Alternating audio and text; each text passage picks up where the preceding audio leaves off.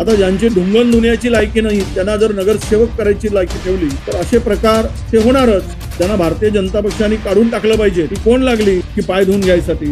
पुण्यातील सुखसागर नगर भागातील महापालिका शाळेत गुरुपौर्णिमेच्या कार्यक्रमादरम्यान लहान विद्यार्थ्यांकडून भाजप नगरसेविका वर्षा भीमराव साठे यांचे पाय धुवून पाद्यपूजा करून घेण्याचा धक्कादायक प्रकार समोर आला आहे.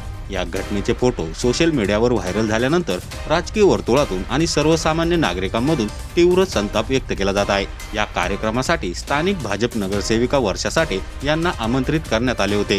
कार्यक्रम दरम्यान शिक्षकाच्या उपस्थितीत प्राथमिक शाळेतील चिमुकल्या विद्यार्थ्याकडून चक्क नगरसेविका वर्षा साठे यांची पाद्यपूजा करून घेण्यात आली.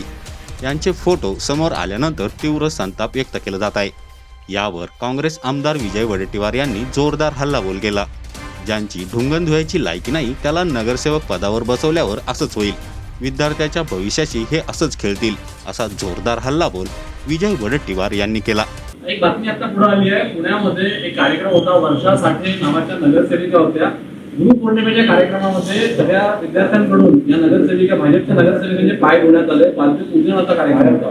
भाजपच्या नगरसेविकांना विद्यार्थ्यांकडून असं पाय धुवून घेतले यावर टीका होत नाही. असं आहे की पदावर बसवत असताना त्याची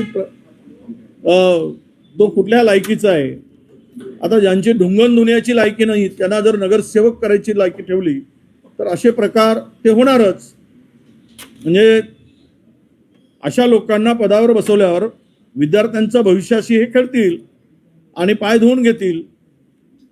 त्यांना त्या नगरसेविका पदावर राहण्याचा अधिकार आहे का? त्यांना भारतीय जनता पक्षाने काढून टाकलं पाहिजे. त्या पदावरून काढलं पाहिजे, पक्षातून काढलं पाहिजे. ती कोण लागली की पाय धुवून घ्यायसाठी. म्हणून ही नैतिकता नीतिमत्ता कमरेला गुंडाळूनच सगळं कारभार चाललेला आहे. त्याचं हे लक्षण आहे.